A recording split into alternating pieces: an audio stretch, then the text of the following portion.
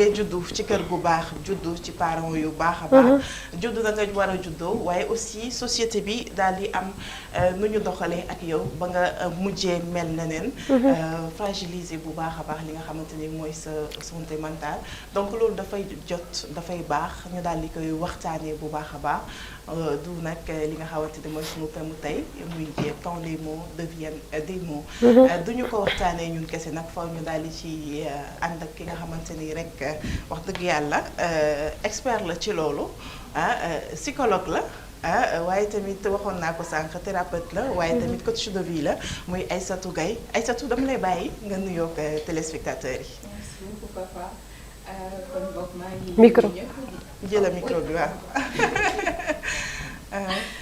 maa ngi nuyu ñëpp ci seen tur ak seen sant di leen remercier aussi ci invitation bi. donc voilà je pense que c'est un thème très intéressant donc quand les mots vraiment causent des mots. mu doon loo xamante ni dañ koy faral di dund lu bari ci société bi au Sénégal c'est très très fréquent malheureusement je pense que ñu bari duñ ko réaliser wala duñu sax gis ni que lu grave la donc je pense que lii lu mel nii baax na ci que nit ñi di ko gën a mettre en avant ñu koy gën a fësal ba ku nekk mën ci jàngat. d'accord man avant ñuy dugg ci thème bi rek dafa am lu ma jaaxal. parce que da nga def li nga xamante ni mooy bachelor. waaw def ko business international. effectivement jógee ci loolu.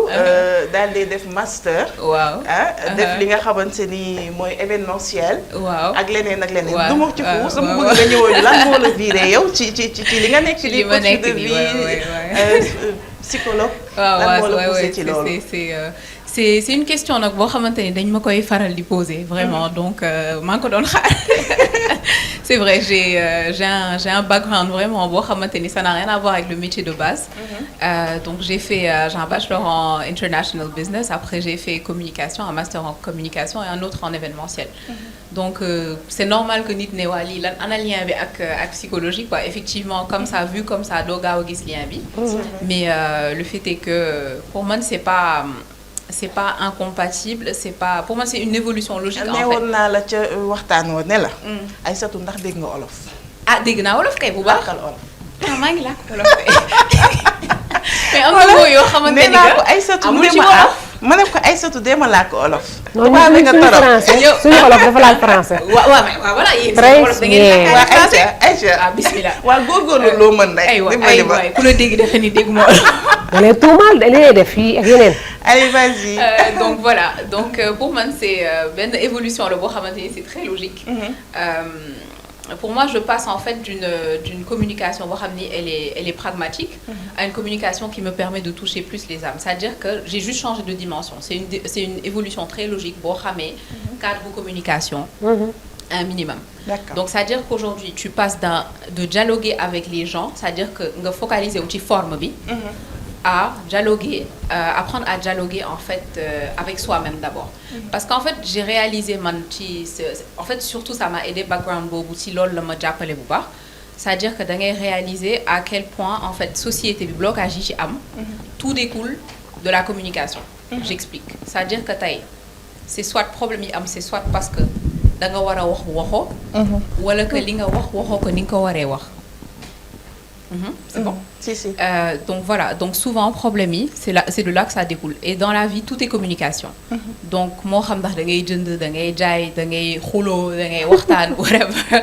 Donc lépp communication la donc moo ko lal donc c'était une suite logique. Donc j'avais déjà le bagage pour la forme. Donc je suis partie me professionnaliser pour le fond. D'accord. Donc c'est ça. Donc da nga def ay formation pour nekk. Oui, voilà pour faire de la thérapie et du coaching. Donc je me suis certifiée en psychologie, en sociologie et j'ai fait coaching aussi. Donc bu ci nekk ak formation bi mu àndal pour te permettre nga xam li nga war a xam pour mën ko def ni mu waree. macha allah macha allah baax wolof bi baaxagul. waaw baax na mu ngi ñëw. ala bu faana. ayca Sophie sunu gan a ngi nii noo ko gisee. ah macha allah nekk na ndaw bu am pas-pas. parce que lu mu wax nii c'est pas donné à tout le monde. parce que nga cumuler lii bu ut li nga bëgg. dafa nekk lu rafet. macha allah dina si ñaanal taxaw la si. léegi ñu ñëw suñu sujet bu sekk dañ ne les mots deviennent des mots. ci olof mooy naam ay kàddu dem ba nekk ay safaanu. te noonu la ci wolof. waaw kon trouvé naa. waaw. yaa ko laaj nii moom ngay laaj mu confirmé la. laaj ko moom laaj ko comme man dégg ma laaj ko. sa thème wax ko ci wolof. aywa waa léegi moom dañ koy poser question rek bu ko defee. moom mu daal di ñëw lu gën a yaatu ci li nga xamante ni rek mooy sujet bi. d'accord ndax nag quand bu ñu waxee ne quand les mots deviennent des mots. loolu c'est-à-dire boo ko doon définir. lan la ñuy wax. Loolu nag c'est je pense que c'est une belle façon de l'expliquer, c'est-à-dire que tey nit dina la wax dara, c'est-à-dire que scientifiquement même ça il y a des études en neurosciences yoo xamante ni ça a prouvé que tey bu la nit waxee wax bu bon wala mu wax la wax bu tegginewul wala mu humilier la day am même réaction ci sa yaram que métit physique.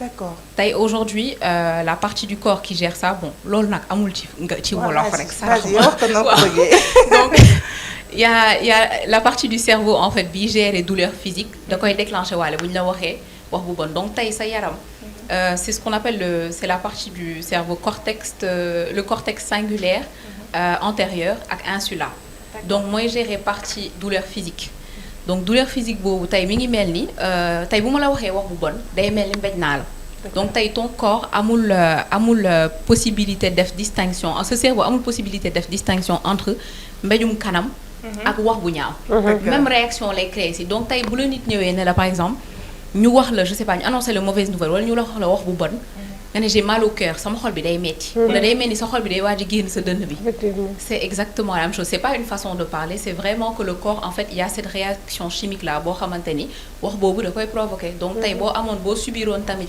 un préjudice je sais pas genre physique tamit c'est la même chose donc même effet bi lay créer donc c'est pour ça qu'on dit souvent dinañ ko wax ni les mots day provoquer ay mots donc wax mën na dooni safaan ci sa yaram mais c'est pas par hasard c'est parce que le corps réagit comme ça scientifiquement. D'accord Sophie. lu wax dëgg la mais bu fekkee ni que dañ ne ay kàddu bu ne ba nekk safaanoon loolu ci ku koy dégg léegi loolu ak naka la ko nit di dundee maanaam bu fekkee ni que ab dafa tëx xam nga ku tëx wala waaw ku tax laa ko mën tuddee xam nga kay ku tax doo wax mu dégg peut-être lu mu mun communiquer loolu dafay nan laa ko mën tuddee dafay manifester wu psychologiquement ci moom léegi yow mi nga jàng est-ce que loolu di nga ko mën détecter waaw quand soo nekkee ak nit ki wala nit ki ñëw vers toi bien sûr su dul ku ma jàkkaarloo wala ku ma xamul du ma ko mën a détecter mais des fois nit dina en fait voilà donc il y a plusieurs impacts que ça peut provoquer tey jii nii yow mën nga di dund dara wala loo xamante ni c'est psychologique muy feeñee ci sa yaram c'est ce qu'on appelle la somatisation maanaam douleur genre mental day dem ba feeñ ci physique parce que génnul en fait boo ko génneewul day génn autrement ci sa yaram donc tey par exemple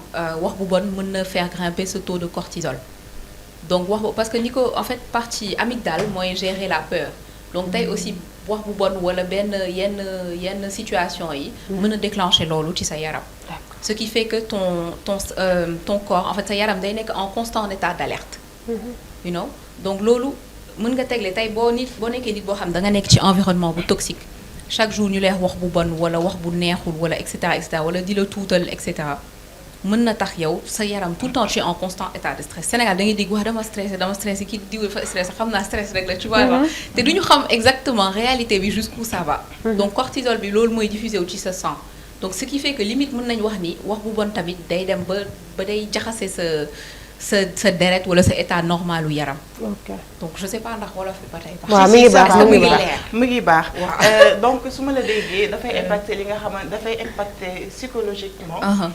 mais aussi physiquement. bien sûr c'est ce qu'on appelle la somatisation. psychologiquement bu fekkee daf la affecté.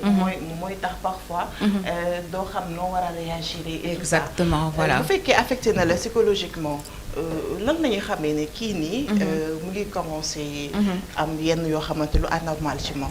alors ça dépend bu fekkee yow tu as connu la personne là nit kooku ba nga koy xam dafa normaloon wala amul problème wala genre amul dara luy wane ci moom ni que mu jékki saay di feebar mooy waral des fois di nga gis nit dem ci docteur di faju ji du ñu détecter dara ci moom loo xamante ni du ñu gis physiquement. lan moo koy metti wala genre moom ci boppam du gis genre dina def façon bu nekk wala jël façon garab bu nekk fekk affaire bi ça découle de la tête. donc c'est psychosomatique. D'accord. Ce qui fait que affaire yi mën na manifester wu ci ay migraines ay maux de dos maux d'estomac leneen lan ma xool je sais pas. mooy ci mën bopp nga am bi lay problème ñëw ba pare dem ci yaram exactement bi day feeñ ci yaram bi mën nga am problème de digestion. tu vois c'est des choses tout bêtes yoo xamante ni dans la vie mën na la dal. ba da nga koy néewal doo xalaat ni que xëy na loolu moo ko causé. D'accord. Bien sûr ce n'est pas toujours le cas des fois la raison peut vraiment être médicale. mais li ci ëpp bëri na loo xamante ni nit mu ngi koy dund di ko denc ci biir boppam waxu ko ba tax mu koy indil yeneen jàngoro ci yaramam. voilà. manipulation yi ak li nga xamante ni mooy contrôle yi. naka lay ñëwee. alors manipulation yi donc Fafa dina ma dóorati mais am na loo xamante ni j'en parle souvent sur mes plateformes muy le gaslighting. maanaam gaslighting bu ma ko doon expliquer ci wolof naka laa ko mën a expliquer maanaam day mel ni nit boo xamante ni yow dina fexe gëmloo la ni yow li mu lay def loo li nga gëm nii du loolu amul. day semer le doute en fait dans ta tête. D'accord. day mel ni tey daf lay wax bu bon mais gëmloo la ni c'est pour ton bien. tu vois tey mën naa jug xas la mais ni la je sais pas li nga def nii de baaxul mais bon je te le dis c'est pour ton bien pour que nga xoolaat sa bopp kërëb. nga commencé am doute. exactement su fekkee commencé manquer confiance en soi. exactement yooyu yëpp lay dul c'est-à-dire que bu fekkee dama la ko wax réellement pour jàppale la pour que nga évoluer. dans ce cas oui.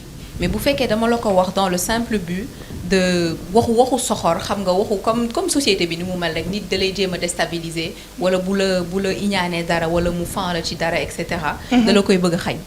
donc ça fait que mën naa la wax loo xam ne tey yow Fafa dina la déstabiliser peut-être pas la première fois peut-être pas la deuxième fois mais bu ma ko dëkkalee sa nopp bi. exactement day dem ba da ngay toi tu finis par croire en fait moi ce que je dis ce cerveau noonu lay opérer. day changer sa mécanisme bi. day dem ba contrôler la exactement donc même soxlaatul sax Aïssatou di la wax lii yow da ngay dem ba jàpp ni lu tuuti loo def lu bon rek c'est de ma faute c'est parce que je suis pas assez bien man maa xamul li may def wala man maa mënul li may def. donc ce cerveau day dem ba intégrer loolu. d'accord c'est compliqué Sophie. boo demee ba tollu foofu. parce que aussi man je me suis dit que avant nga dem ci li nga xam ne mooy thérapeute. wala ngay dem ci psychologue wala nga yegg ci psychiatre. dafa am fu mu war a jiitoo. mooy ci famille bi. déjà da nga juddu am yaay am papa. am ay sœur am ay tonton. ñoom ci seen bopp war nañu am benn encadrement bu ñu am ci yow.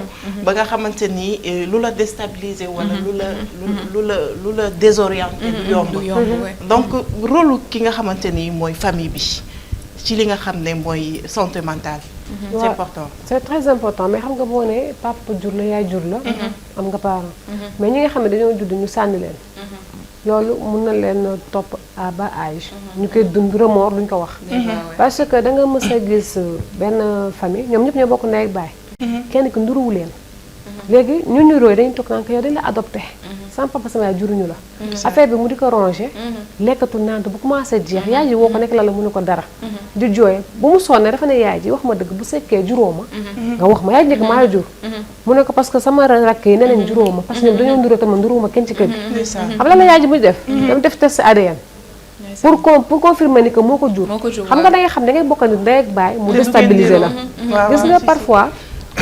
wax di nga kaf ba nit ki andiloo ko safaan. danaa ko yow dangaa gàtt danga ñaaw. yàlla moo ko bind imagine toi yi ngeen bokk ndey ak baay yàlla def ki ndurawul. yow ñi nga bokkal ndey ak baay nee dañ la adopté. nga dem ba feebar il a fallu ko sa yaay dem def test ADN. pour war ni ko moo la jur. xam nga loolu bu xewee ci famille. musiba la. en dehors mu xew fa musiba la. mu nekk ci marché yi mu nekk ci bureau yi un peu partout.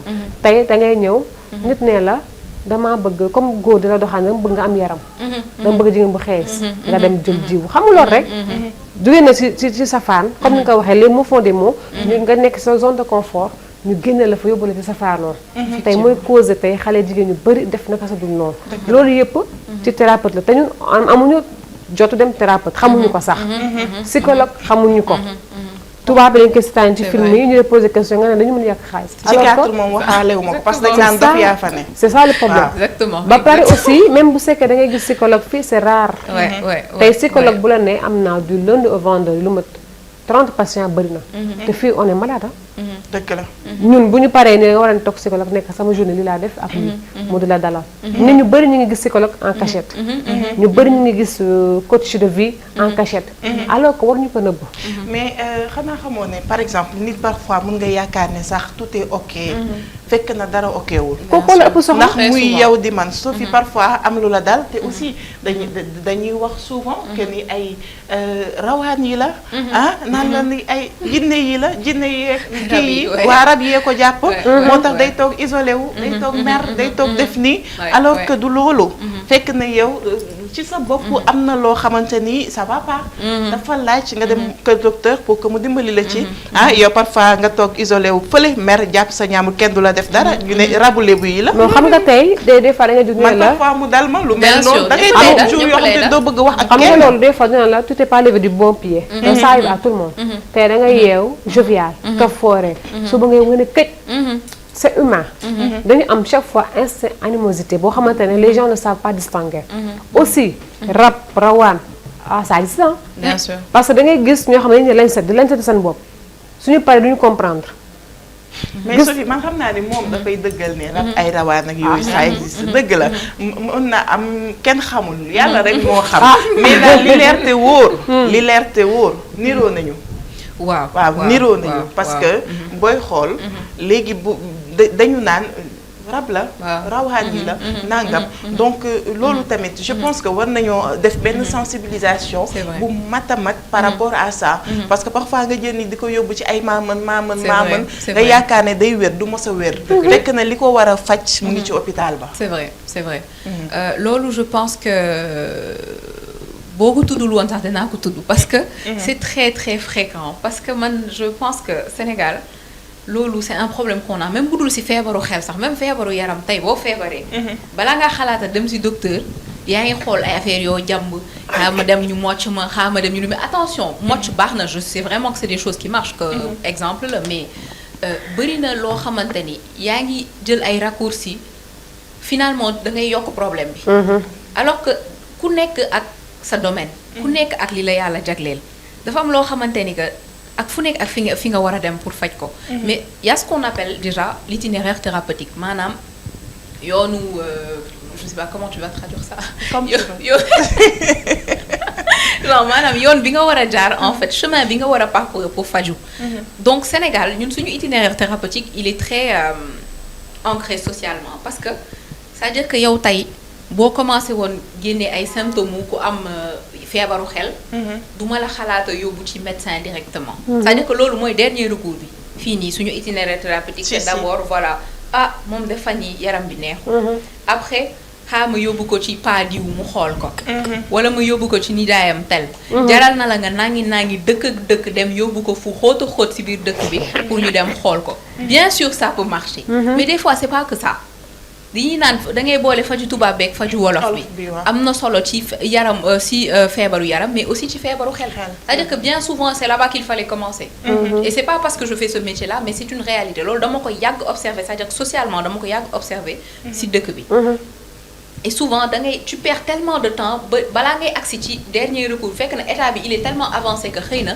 li ñu ko mënoon jàppale bu ñu ko naroon faj ci 1 mois dina mujj jël 6 mois you know donc loolu war nañ ko xoolaat bu baax au Sénégal bañ a am yenn kersa yi yenn di ruus yenn affaires yi parce que tamit bon nit mooy feebar quoi genre je sais pas nit mënoo dem mala sax da nga koy yor mu feebar waxatuma la ak nit c'est normal tu peux pas aussi Sénégal tamit xëy na société bi mi ngi fonctionner noo xamante ni ça ne facilite pas la tâche aux gens c'est-à-dire que tey dara dina la dal di nga ko rus a wax wala di nga ko rus a admettre alors que du yoon tey ni ma mënee admettre ni xëy sama bopp day metti noonu laa war a mënee ne mais écoute temps yi je me sens pas bien nekkuma tu vois et c'est pas parce que dama réew wala que dama ñàkk gëm yàlla oui c'est les arguments préférés des Sénégalais dafa réew dafa xamadi moom dafa foog ni moo gën nit yi waaw da nga ñàkk gëm yàlla am na ñuy dund lu yees lii kër mais tu sais nit kenn du ko xeebal métitam dëgg la nit ku nekk li ngay yëg yow yaa ko xam tu vois xëy na yow tey je sais pas da ngay xool exemple bu bête bu terre à terre tey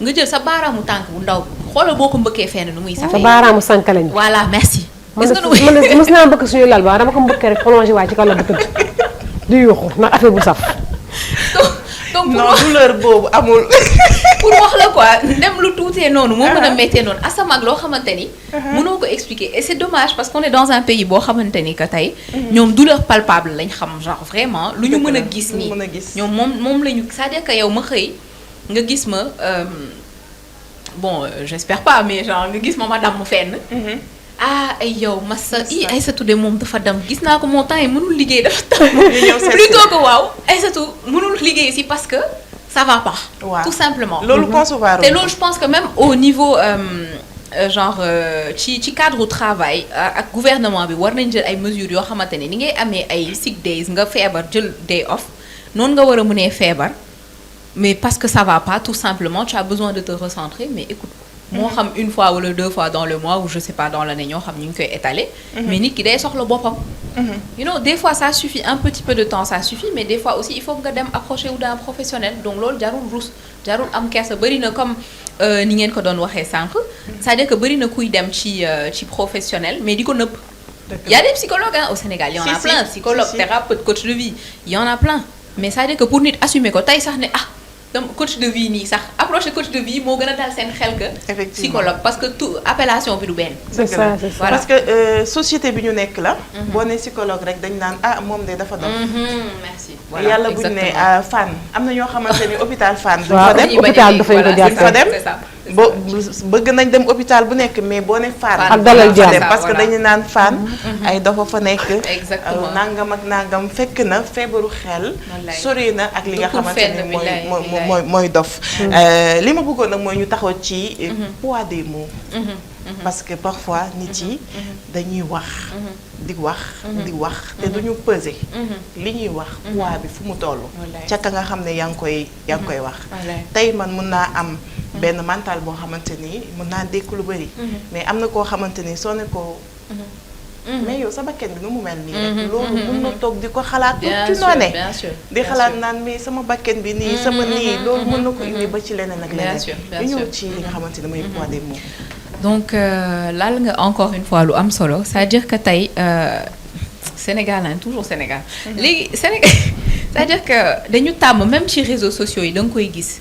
nit day jël kenn seppi la di la analyser il y a des gens qui n'ont rien à faire ñoom seen journée yëpp loolu la et malheureusement réseau tey au lieu ñu focaliser aussi lu positif lépp mais il y a beaucoup de négatifs aussi et on n'en parle pas assez ça cause beaucoup de dommages li muy indil problème si nit bëri na donc tey mënoo xool nit nga gis benn photom boo ci mënul wax lu baax rombal parce que di nga ko wax loo xamante ni comme ni nga ko waxee léegi nii yow dina la xool ne diw de li mu sol baaxul wala li mu sol je sais pas c'est pas de la qualité wala commencer la def ay attaques physiques xam nga bu dee loo xam ne sax mën nga ko summi changer ko grawul mais loo xamante ni ci sa yaram la bokk yow sàkkoo sa bopp mënoo changer sa bopp bon maintenant les gens le font mais c'est pas normal que yow bu dee yow la déranger mën nga dem nga varier ko mais ñu bëri ñu koy def loolu moo tax ñu def ko exactement parce que wax yi la complexe yi voilà complexe yi ñu lay jox lii ainsi de suite xool biiram bi nangam ba yow nga ni danga dem. dem changer loolu exactement mu indi la leneen aussi. c'est ça voilà. donc xam nga complexe bu fekkee yow yaa ko am de base parce que nit ku nekk je pense sur terre ku nekk mën nga xool dara ci miroir bi ne bon lii su ma mënoon dinaa ko changer. tu vois mais xëy na ba tey du la teree dund. you know mais tey boo demee ba nit yi di la wax tout le temps oh sa bakkan bi dafa rëy kii boppam bi dafa rëy mais man gis naa ñu bëgg a def chirurgie pour genre wàññi seen front par exemple.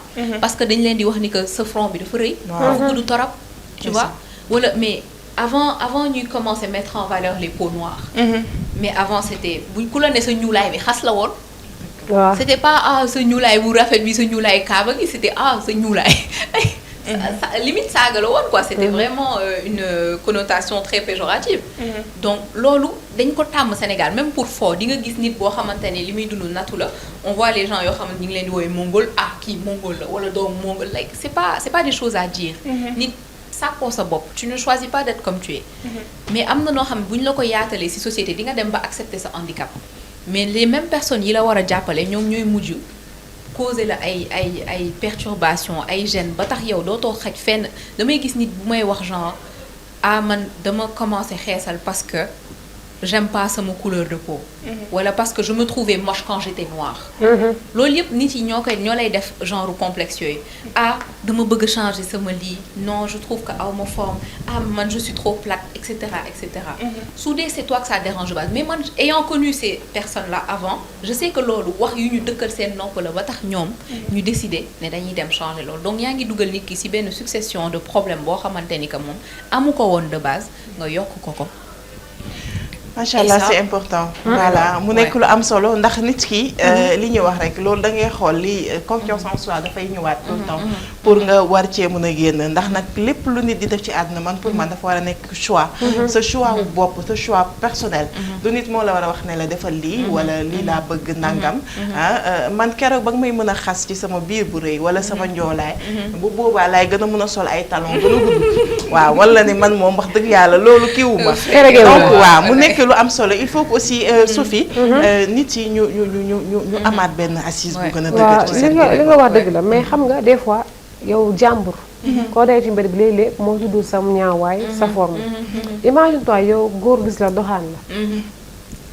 sa forme bu plate sa forme bu ñaaw sa forme frigo. mu takk la si. ba ngeen am doom nga xëy benn jour sa borom koy xas la. loolu nan la moo ko tuddee parce que am na semaine passée. manqué setaan ci may bis te di ko nuyu de passé moom tam. xale bu jigéen da ko woo di ko ne jëkkër ji moo ko ne sa dara safuma sa forme ko mbott. ndaw si di jooy. allahu akbar loolu ci dinañ jooy rek la parce que lu gën a graaw man je me dis que yow doxal nga ko bi muy am forme mbott. takk nga ko bi muy am forme mbott. nga sëkk moom bi am forme ba am ci doom. mu xëy sañ sa waat ba jekk di la doser yëf yëf nga ne ko sa dara safuma nga mel ni mbott. kooku di jooy xam nga kooku même bu ko jëkkër ji ñëwee ne ko baa ma noonu kaf. bu nekkaate moom ci néeg jëkkër ji bëgg a sëkkal lan lay xalaat. c'est ça. mbott lay sëkkal kon. da koy rey intérieurement. Exactement. gis nga parfois da ngay gis jigéen ñu bëri amee goitre. seen partenaire nga leen ko jox. parce que ñu leen di jox ay mots yu sew yi piqué ci biir. te boo doowee sa yaay kalaame ko. mooy rek te sëy ba. wallaay. sa yax laa laaj. moo wax sa yaay lu mu lay xas. te boo ko xasee la lay wax da ngay sos. te amaana que nit ñi ñu ngi dund seen néegu sëy lu métti métti jigéen ñi day xas dañuy xas seen borom kër yi. borom kër dañuy xas seen ay soxna. mu nekk ay mots yoo xamante ne je pense que. nit ñi bala ñoo sëyati war nañ dem def thérapie de couple. bien sûr. te Sénégal dañ xamuñu ko. négligé wuñ ko ba di ko xam. xamuñu ko dañuy ñëw sëytam ba ci biir. nga am doom sa yaram commencé bàyyeeku. mu naan la sa li neexuma sa la neexuma. nga dem bokk natt chirurgie ji. comme ni ñuy def ay natt jëkkër ak natt wujju léegi natt chirurgie xew moom loolu moom toog na di ko xaar natt chirurgie xam nga ba pare lu gën a grave ci chirurgie bi 30 ans en arrière ñu bëri chirurgie woon nañ kenn xamu ko bien sûr. mais suñu genre gi ñoo ko fësal siiw ko ci internet bi man sax damay wus li damay dox fa si yàgg si ne ma damay chirurgie gis nga. léegi kenn xamatu ko chirurgie ak ko chirurgie ah dëkk bàyyi leen di tu dois xaste tout le temps te justifier. yàlla mooy sàkk nga njool nga gàtt nga ñuul nga xees nga rafet wallaay. yàlla dafa sax ku ne sa choix tey nga gis jigéen bu pataa am jëkkër ju tuuti ñu ne la koy doy fekk jëkkër ji moom lii choix wam la yàlla sàkkul ñëpp ñu yor taille fine sàkkul ñëpp ñu yor ba forme ba bëre baax nañu bàyyi suñu borom bi defal lu bopp donc mu ngi noonu mu nekk lu am solo ñu war cee bàyyi xel bu baax a baax nag lu may wax rek nit ki moom comme ni nga ko waxee boo ko takkee te ba nga koy takk gis nga na mu mel kon bu demee ba yàlla def doom ñëw am lenn lu changé ca forme ba ah foofu moom gore rek nga war a def gore rek te xam ne ba ma koy jël mel woon nii mu ngi noonu mu nekk lu am solo mais damay ñëwaat rek Aïssatou ci li nga xamante ni rek mooy poids yi poids wu mots yi nga xamante ni moom la ñuy wax ab ban moment ngay xam ne lii mu ngi peser carrément ci nit bi naka lay signes yi di feeñee. alors mooy li ma doon wax sànq rek bëri na métit buy feeñ ci yaram fekk ci xel la déparé donc tey comme je te dis mën nga xamanteeg nit dara daru ko mu commencé am ay problème yooyu c'est pas du douleur physique xam nga mais dina dem ba tollu ko foo xamante ni que dina commencé feeñ ci yaramam mooy li ma la doon wax sànq mën nga commencé am ay migraines à répétition yaa xam say yaram mën na metti say tànk sa biir c'est-à-dire que c'est des choses de tous les jours yoo xam ne bu la dalee yow doo gaaw a suspecter ni lii c'est lié fekk na affaire bi ça découle de là-bas même biir buy metti aussi oui mën na la poser ay problèmes de digestion et tout un nœud au niveau de la gorge mooy goitre bi nga doon wax loolu bokk na si li koy jur sa cœur di palpiter tout le temps c'est yooyu yëpp problème da koy def parce que yaa ngi denc loo xamante ni yow waxoo ko kenn wala mënoo ko wax kenn parce que encore une fois société bi ni mu bindoo tey mën naa am problème bu dee man dama la ko war a wax di xalaataat est ma ko wax mu dem wax ko diw wala mu xamal ma te du ma ko fajal et cetera c'est pour ça qu'il faut aller vers des professionnels loolu souvent man je salue quand même les gens yi nga xamante ni ils arrivent à avoir assez de courage pour ñëw dem xooli professionnel. Parce que c'est pas facile de base foo mënti nekk. d'admettre qu'il y a quelque chose qui cloche. si waxatuma laak nag Sénégal c'est très difficile. Aïssatou balaa ñuy ñëw ci professionnels yi nga xamante ni war nañ fa dem. déjà yow nit ki en personne. war nga mën a lutter. ba nga xamante ni du yegg ci benn stade bi nga xamante ni dañ naan da nga war a dem seeti benn professionnel et tout ça. léegi par exemple yaa ngi ci réseaux sociaux bi. di wax fafa nii. fafa naa wala sax bu dul réseaux sociaux. lieu de travail. dafay am. ci koñ bi société bi dafay am day am ci seen biir kër yi ñu lay dëkkal di la wax yu ñaaw yoo xamante ni daf lay leer ne lii du yow laale woo ci taxee woo ci mais dafay métti ci moment boobu noonu nit ki naka la war a réagir. Écoute, tu sais am na loo xamante ni que nit ki moo ko mën a fajal boppam. C'est-à-dire qu'aujourd'hui c'est des conseils qui vont paraître très clichés mais tey il faut apprendre détachement émotionnel boobu ce qui n'est pas toujours facile sànq yaa ngi koy wax ne tey yow nit mën na la wax loo xamante ni yow frégeew la mais mën na ko wax keneen si saa si mu travailler ko et je sensibilise beaucoup par rapport ak loolu ni dina wax nit dara naan dafa doon fo wala jàppeew ko dara fekk yow wax nga ko loo xam dina ko travailler pendant une semaine wala un mois wala dootu ko fàtteeti comme li ñuy wax bal day kii wax balu fetal la donc tey am na wax yoo xamante ni nga dóor nit ki sax moo ko tane parce que dina ko topp ad vitam aeternam donc tey il faut apprendre à se détacher nit ki lim lay wax responsabilité am la du sa responsabilité yow d'accord à la limite moom la gën a refléter que yow moom la concerné exactement moom la concerné des fois nag nit wax la loo xamante ni yow mën nga toog ba wéet ak sa bopp xam ne lii dëgg la bu dee nit ki daf la ko wax dans le but de t'aider pour yow nga évoluer nga améliorer wu oui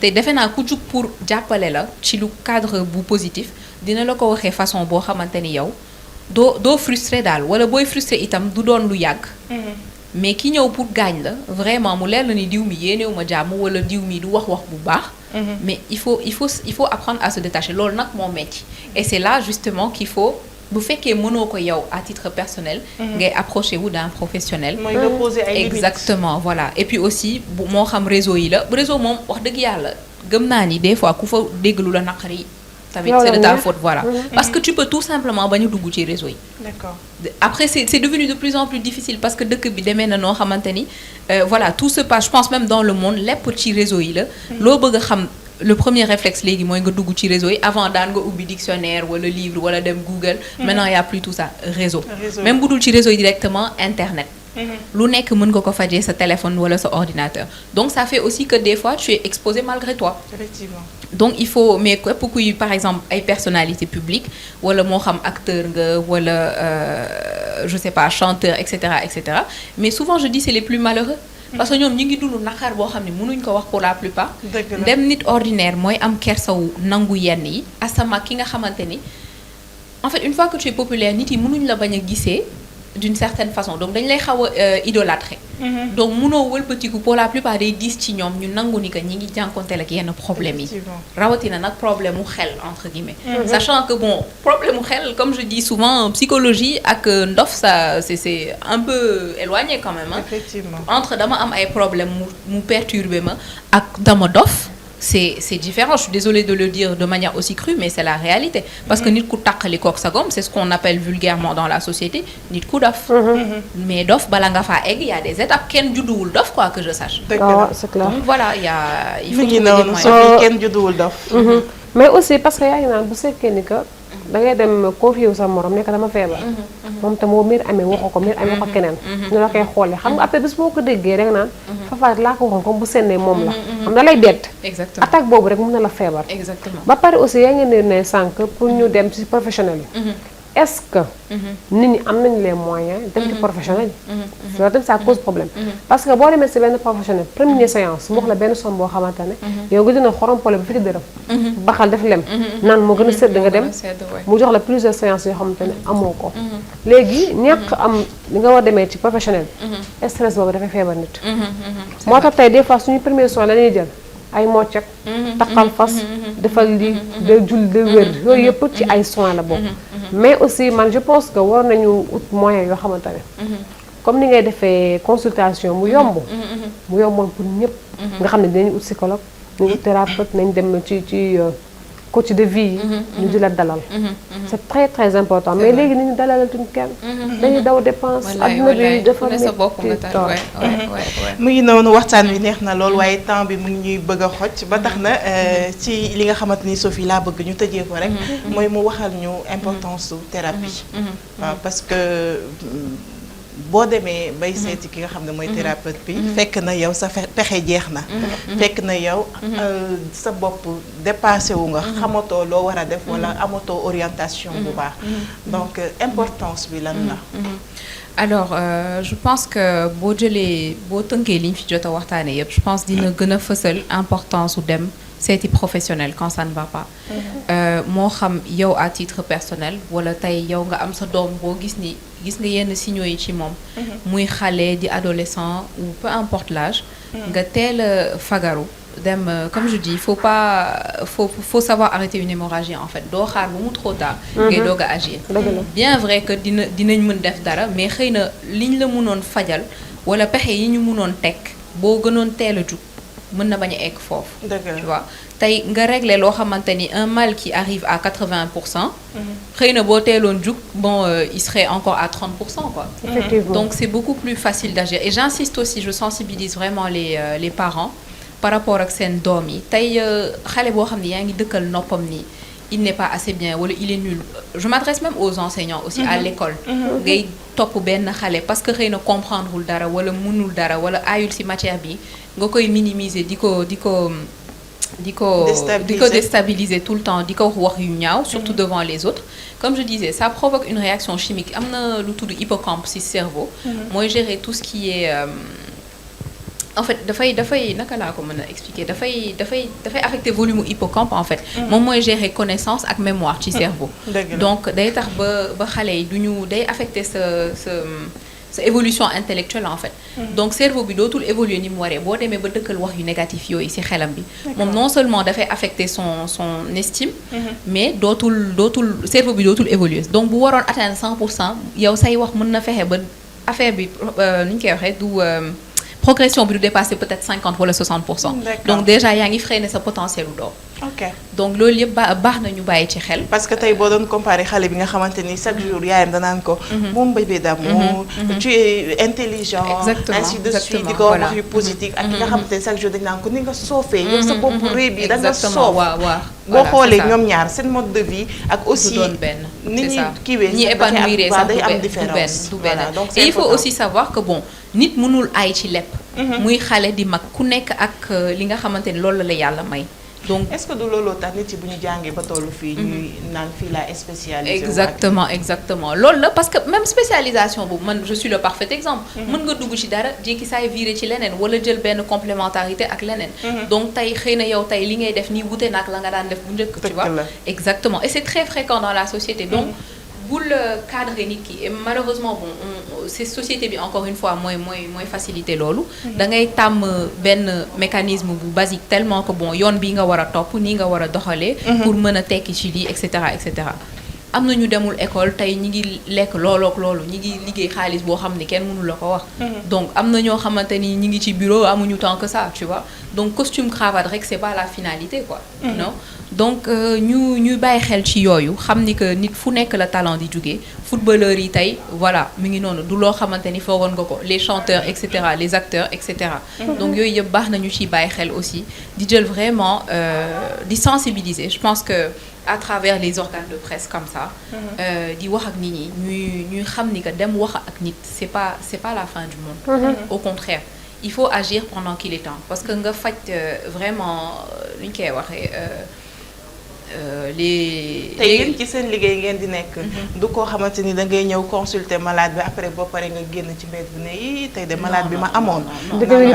voilà xam nga le principe de base même c'est la confidentialité voilà mu ngi noonu moo tax foofu laa bëgg ñu kii pour nit yi gën a mën a comprendre voilà importance li nga xamante ni mooy thérapie man bu dee vraiment ci cadre tout ce qui touche à la santé mentale je pense que boo demee ci professionnel déjà di nga am accord de confidentialité boo ko signé signé wul aussi c'est tacite, c'est-à-dire que ça va de soi loolu qui choisir métier boobu xam na ni ça c'est le principe de base. D'accord. munoo genre déjà nit ku nekk sax war nga mën a am bàmmeelu biir. mais rawatina booy def yenn métiers yi. donc man li may waxtaanee ak Fafa tey. génnuma ci biti bu ma romboon fukki nit yu la xam sax. mën nañ sax bañ a xam ni que xam naa la. mën naa di suivre je sais pas 5 personnes yu xamante kenn du ci xam ni sax ni que maa ngi suivre sa morom.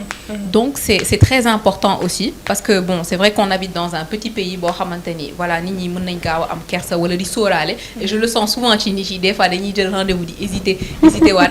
thérapie de couple yi tamit bon am na ñu koy def timidement mais am na ñu koy def et ça aussi je l'encourage fortement. di ko def sax balaa mariage. surtout. ouais balaa mariage parce que bëri na loo xam ni yow xëy na doo ko mën a gis il faut un point de vue extérieur. wala yaa ngi koy gis di ko nëppal ëllëg moo lay indil problème comme on dit li feeñ ci sëy ba nuyoo woon na ci ngoro yi. fekk kenn fayu ko. ay way Samba yooyu olof yu leer. merci beaucoup coach Aïssatou ñoo ngi lay gërëm di la sant bu baax a baax. di la wax ne rek ban conseil ngay wax jigéen ñi. vu que yaa ngi ci plateau jërëjëf jigéen. donc li ma mën a conseiller jigéen ñi moom mooy qu'elles se choisissent d'abord. vraiment tànnal sa bopp boo gisatul loo xam yàlla moo tudd ànd mais moo daganal aussi bàyyante. loolu kenn terew ko moo xam ci amitié la ci couple. ci famille parce que des fois ñi la gën a jege ñoo la gën a mën a teg métit. donc il faut les oreilles c'est pas des poubelles. donc tu as le droit de dire non boo gisatul loo xam tu as le droit nga retirer wu. poliment gentiment dignement. donc c'est pas interdit donc vraiment il faut se choisir se mettre en avant def li dal sa xel def li la gënal yow. faites tout ce qu'il faut pour avoir confiance en vous bien sûr bon kenn terewul defi chirurgie ak yooyu mais mu nekk dernier recours. vraiment je pense que bëri na façon yu nit mën a.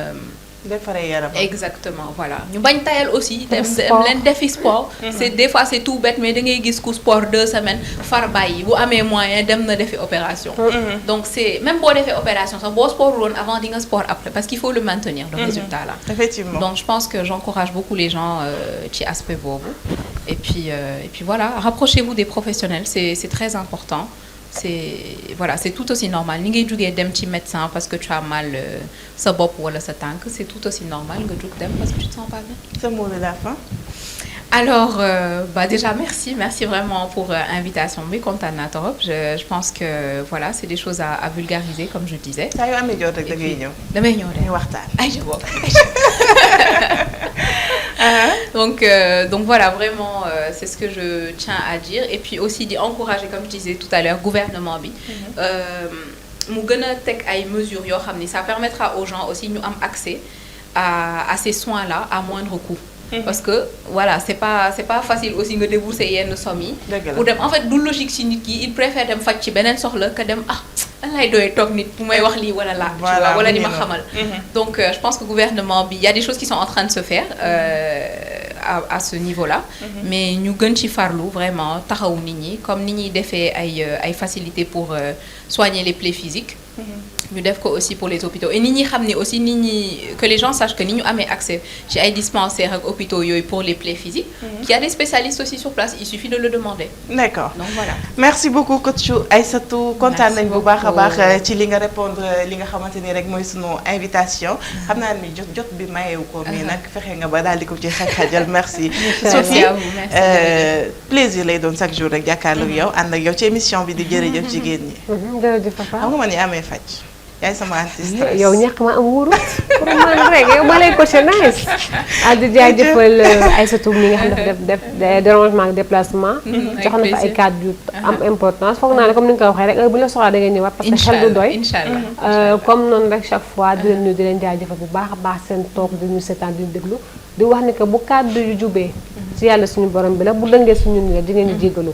di nuyu tamit Amina Thiam sama xarit sama mag borom savon yu meilleur yi di la nuyu bu baax a baax di nuyu tamit Dali Pierre ak sama benn grand frère ne naa ko wax chéri ko ma nuyu la tamit. di nuyu waa régie di nuyu ñu nekkoon son di nekk ñor parce que bu jekkee de du ñun de waa régie ci ginnaaw ñoo rafetal ba mu waa les hommes de l'ombre ñoo ko rafetal ba mu rafet di leen ñaanal yàlla kattanal leen yàlla yokkale mën-mën gi di leen jox dig daje suba incha allah ñu daal di fiy teewaat man bu fekkee jëf bi normal na ngeen koy gis rek xam leen ne ci ñoom la ñoom ñi ci ginnaaw mais bu teint bi yàqoo ñu lëndëm noonu rek xawal ne Pape moo ko saboté ayca di leen jaajëfal bu baax a baax yéen suñu fidèles téléspectateurs ngeen topp ñu depuis 11h ba 12h30 ci télé bi di TV la télévision d'ici et d'ailleurs amuñu seen fay donc di jaajëfal bu baax a baax ki nga xamante ne mooy tonton Dami Moustapha Pape ñoo ngi koy jaajëfal bu baax waaye aussi di jaajëfal Biba ci digital bi fàttewuñu Paul ak Papi di jaajëfal Jules di jaajëfal képp koo xamante ne rek jàpp nga ci émission bam daal di yemb Youssou fàttewuma la benn yoon on se donne rendez-vous demain incha allah.